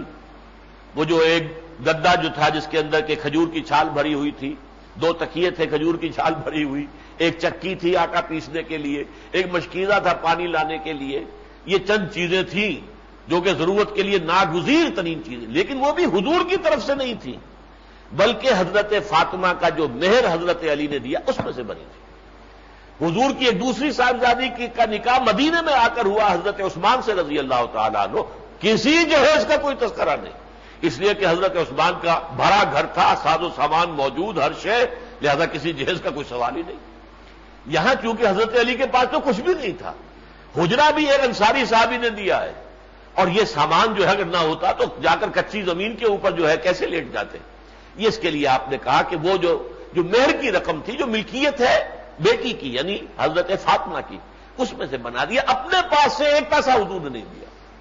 یہ ہے جہیز کا جو ہے معاہدہ۔ بہرحال یہ 5 چیزیں جو ہیں ہم نے بیان کی، اگرچہ شروع میں مخالفت بھی ہوئی، اور حیرانی کی بات یہ ہے کہ سب سے زیادہ جس کی طرف سے تائید ہونی چاہیے تھی بدقسمتی سے، انہی کی طرف سے شدید مخالفت ہوئی۔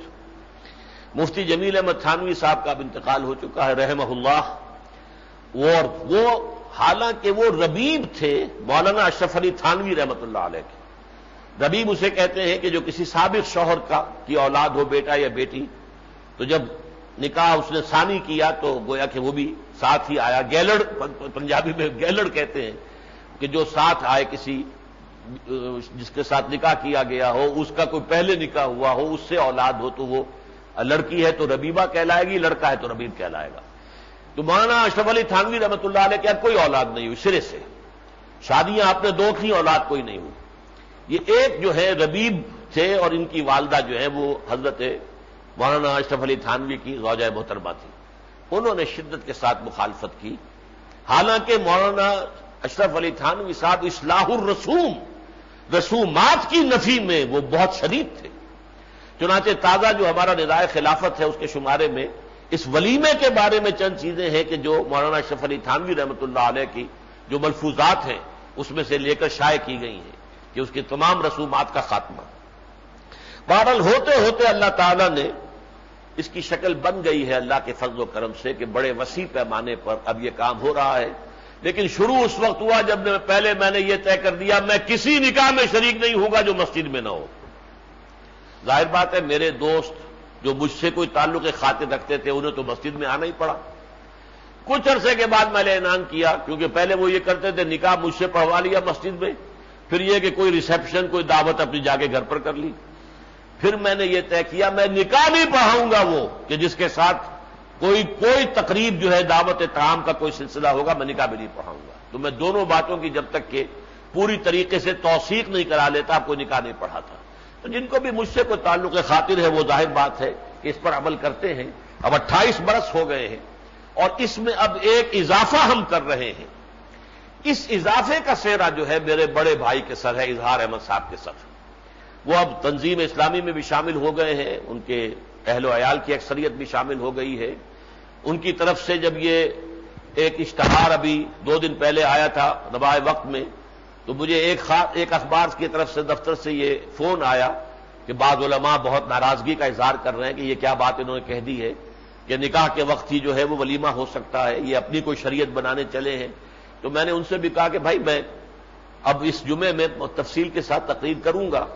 یہ بات اصل میں بھائی جان کی طرف سے آئی کہ یہ 2 مرتبہ 2 تقریبوں کے لیے آنا جانا جو ہے آج کل آپ کو معلوم ہے آمد و رفت کتنی مشکل، کتنا اس پر خرچ ہوتا ہے۔ وہ ٹیکسی آپ نے کی ہے تو کتنا خرچ ہوگا، اپنی گاڑی ہے تو اس کا پیٹرول کتنا لگتا ہے، پھر وقت کی کمی ہے، سب سے بڑا افلاس وقت کا ہے۔ تو اگر کوئی شکل ایسی ہو کہ عین عقد کے ساتھ ہی ولیمہ بھی ہو سکے تو یہ ان کا خیال تھا۔ انہوں نے اپنے طور پر کچھ علماء سے پوچھا بھی، انہوں نے انہیں بتایا کہ ہاں ایسا ہو سکتا ہے۔ میں نے ابتداً یہ کہا کہ میرے علم میں یہ بات نہیں ہے، میں تسلیم کر رہا ہوں آج بھی آپ کے سامنے۔ میں یہ سمجھتا تھا کہ یہ افضل یہی ہے کہ کم سے کم خلوت صحیحہ ہو جائے، یعنی دولہا اور دلہن کی ایک ملاقات ہو جائے تنہائی میں، علیحدگی میں، اس کے بعد ولیمہ ہوتا ہے، تاکہ یہ کہ اس کو کنزومیٹ جسے کہتے ہیں آپ انگریزی میں، دی میرج از کنزومیٹڈ، اس کے بعد جو ہے در حقیقت وہ ولیمہ ہونا چاہیے۔ اب بھی میری رائے ہے کہ مستحب وہی ہے، بہتر وہی ہے، لیکن میں نے تحقیق کی اور میں اس نتیجے پر پہنچا اپنی تحقیق کے حاصل کے طور پر کہ جائز ہے، ہو سکتا ہے، لہذا میں یہ بھائی جان کی تحریک پر میں نے اب اپنی اس تحریک کے اندر اس چھٹے نقطے کا اضافہ کیا ہے، اور وہ یہ ہے کہ دعوت ولیمہ بھی کم سے کم اس شادی میں کہ جس میں لڑکے والے اور لڑکی والے ایک ہی شہر میں موجود ہوں، تو دعوت ولیمہ جس کے لیے طعام العرس، شادی کا کھانا، یہ عین عقد نکاح کے ساتھ ہو جائے۔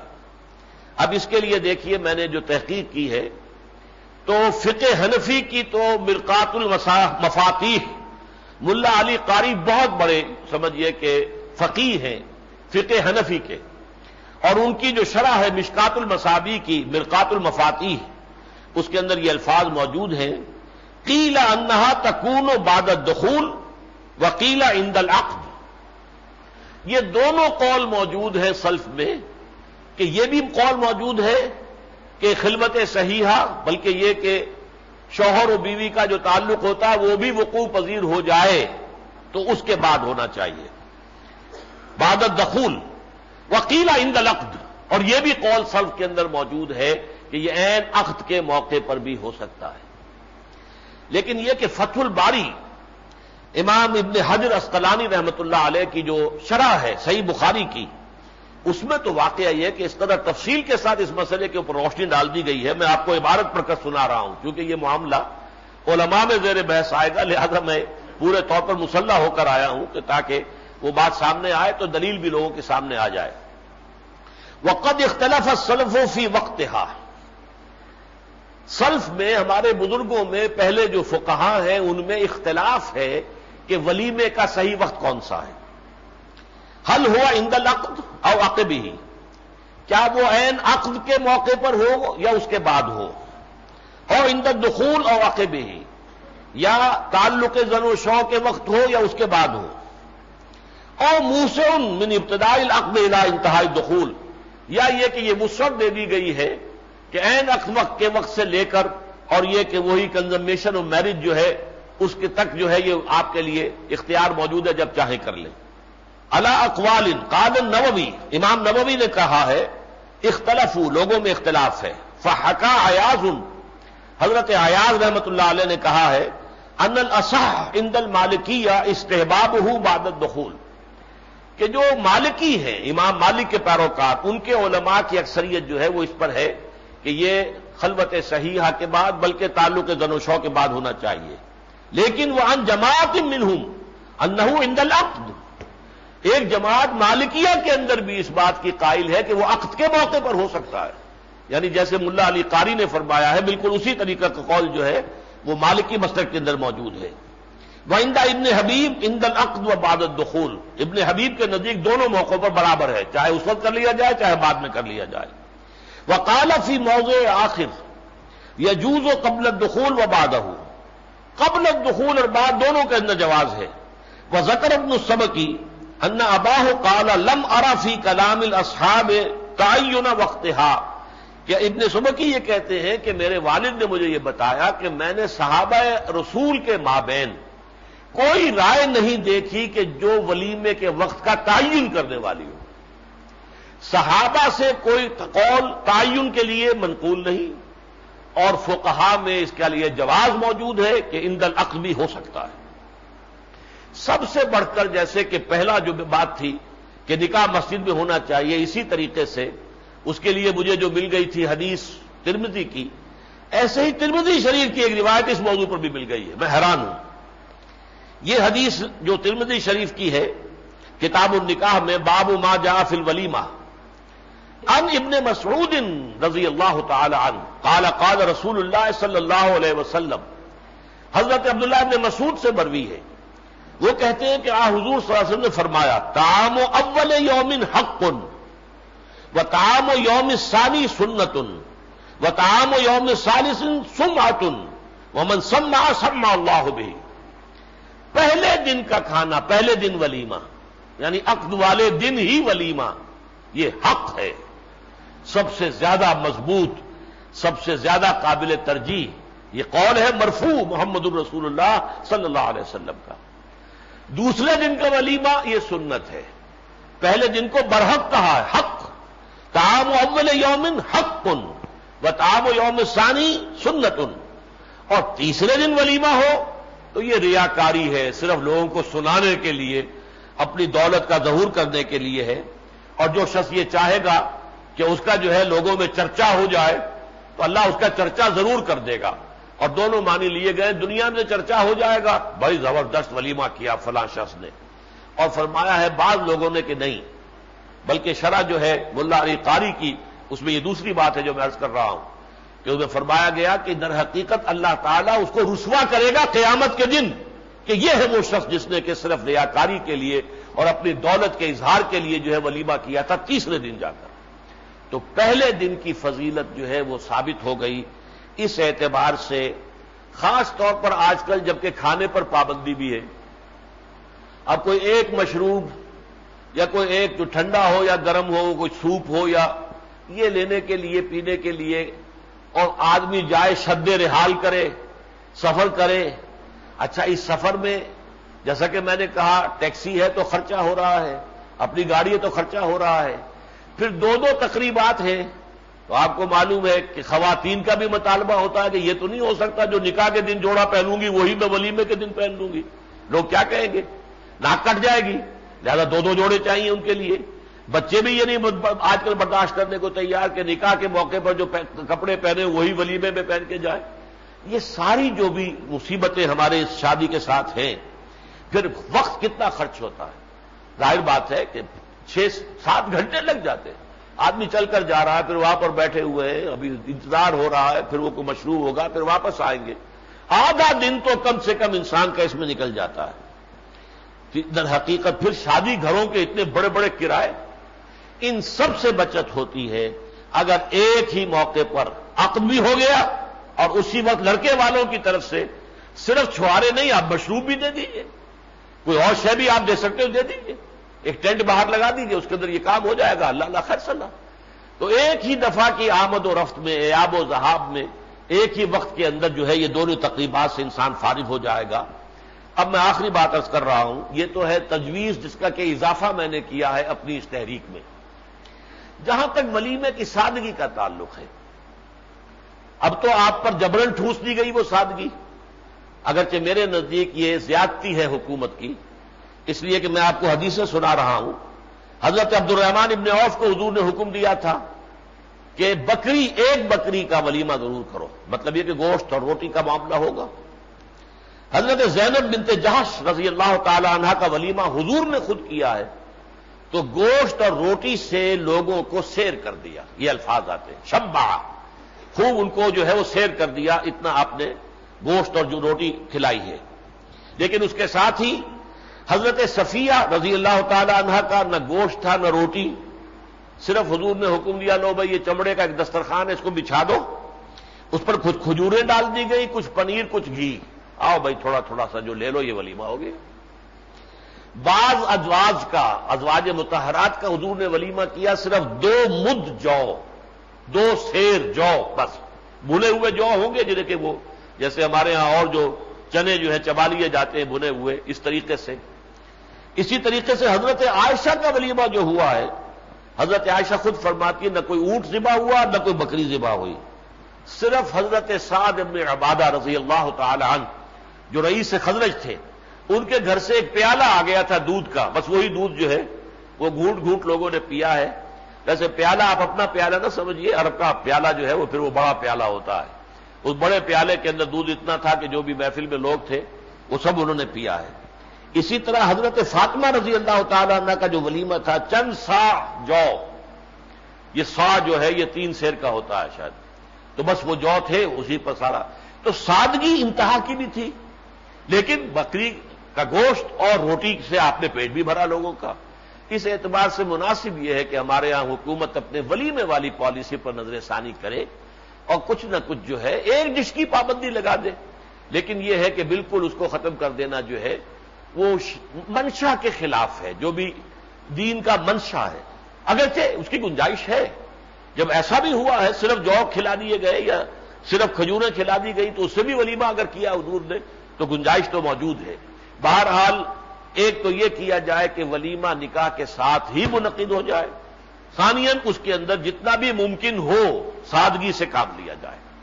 میں چند منٹ آپ کے اب حالات حاضرہ کے ضمن میں لوں گا اور یہ جو چند جمعوں سے معاملہ ہو رہا ہے کہ میں کچھ اضافی وقت لے رہا ہوں، تو میں پیشگی عرض کر دوں کہ مجھے اب امریکہ بھی جانا ہے، اس میں بھی 3 ہفتے لگیں گے، اور پھر وہاں سے واپس آ کر بھارت کا بھی میرا سفر ہے، 3 ہفتے کم سے کم اس میں بھی لگیں گے، تو آپ کو تقریباً 2 مہینے جو ہے وہ میری تقریروں سے چھٹی ملی رہے گی، اور بہت سادگی کے ساتھ جیسے ہوتا ہے بہت ہی بر وقت جو ہے یہاں پر خطبہ آپ سنیں گے انشاءاللہ عزیزم عاقب سعید کا۔ آج ذرا چند منٹ اور مجھے دے دیجیے۔ پہلی بات، پاک بھارت جو تعلقات ہیں اس پر میں اپنی آراء جو ہے پچھلے جمعے میں تفصیل سے بیان کر چکا ہوں۔ میں چاہتا ہوں کہ تعلقات بحال ہوں، میں چاہتا ہوں کہ نارمل ہی نہ ہو، دوستی کے تعلقات ہوں، اور میں آپ سے کہہ چکا ہوں کہ یہی بات علامہ اقبال نے کہی تھی، یہی بات جو ہے قائد اعظم نے فرمائی تھی۔ لیکن اس ضمن میں جو بھی اب پیش رفت ہو رہی ہے کہ پہلے تو مشرف صاحب نے بھی آ کر جو یہاں پر پریس کانفرنس کی ہے اس میں بھی انہوں نے اپنے اس پورے سخت موقف کو برقرار رکھا ہے، کوئی ایشو یہ ہے اس کے بغیر کسی معاملے میں بات نہیں ہوگی۔ اس طرح واجپئی صاحب نے بھی جو بیان دیا ہے دہلی میں، انہوں نے اپنی لوک سبھا میں دیا، وہ بھی بہت سخت تھا، لیکن اس کے بعد نظر آ رہا ہے کہ دفتہ کچھ نرمی پیدا ہو رہی دونوں کے اندر۔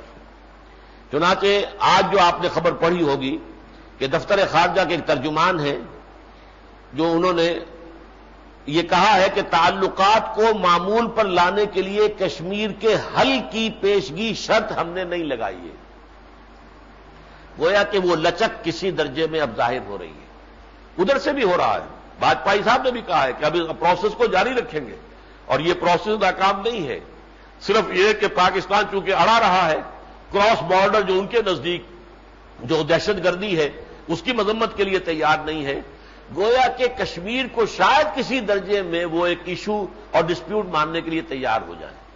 بہرحال میرا بھی موقف اس میں یہ ہے کہ کشمیر کو کم سے کم حل جو ہے وہ تو لمبی بات ہوگی، وقت لگے گا، نیگوسیشنز ہوں گی، اتنا آسان کام نہیں ہے، 50 برس کا مرحلہ ہے یہ، 54 برس کا، 53 برس کا، لیکن یہ کہ طے ہو جائے کہ بھارت مان لے کہ یہ ڈسپیوٹڈ ٹیریٹری ہے، تو اس کے بعد نارملائزیشن کا عمل شروع ہو جانا چاہیے۔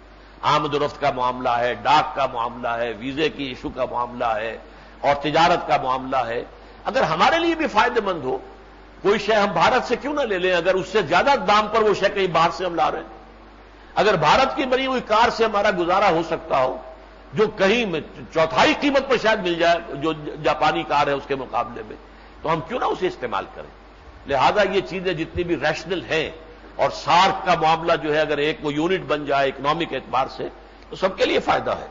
بہرحال شرط میرے نزدیک یہ ہے کہ اگرچہ یہ رجحان درست ہے، البتہ یہ کہ کم سے کم یہ کمٹمنٹ ہو جانی چاہیے، اس سے پہلے کوئی سافننگ ہماری نہیں ہونی چاہیے، کہ کم سے کم یہ کہ بھارت تسلیم کر لے کہ یہ ڈسپیوٹڈ ٹیریٹری ہے اور اس ڈسپیوٹ کو ہم حل کرنے کی ہر امکانی کوشش کریں گے۔ باقی جہاں تک یہ جو میں نے بھارت اور پاکستان کے مابین تعلقات کے ضمن میں اپنے پچھلے جمعے میں عرض کیا تھا، میں حیران ہوں، میں نے میثاق کے پرانے فائل کھنگالے ہیں ان دنوں میں، تو میں حیران ہوا 94 میں یہی باتیں کہہ چکا ہوں، اور وہ اصل میں میرے کچھ وہ چھپے تھے کالم روزنامہ جنگ میں، ان کو پھر ہم نے میثاق میں بھی شائع کیا تھا۔ اب ہم نے طے کیا انشاءاللہ تعالی جو پرچہ اب آئے گا میثاق کا وہ ایک اشاعت خصوصی پر مشتمل ہوگا، کہ جس میں یہ مسئلہ کشمیر اور پاک بھارت تعلقات کے موضوع پر جو میرا موقف ہے، جو سن 94 کی تحریریں، سن 95 کا میرا موقف، پھر اس کے بعد اب جو میں نے باتیں بیان کی سب کو یکجا کر دیں گے تاکہ وہ ایک ڈاکومنٹ ہو، اسے آپ عام طور پر کوشش کر کے زیادہ پھیلائیں تاکہ لوگوں تک یہ بات پہنچے اور لوگوں کی جو ہے ایجوکیشن ہو اس ایشو کے اوپر۔ بارک اللہ لی و لکم فی القرآن العظیم ونفعنی وإیاکم بالآیات والذکر الحکیم۔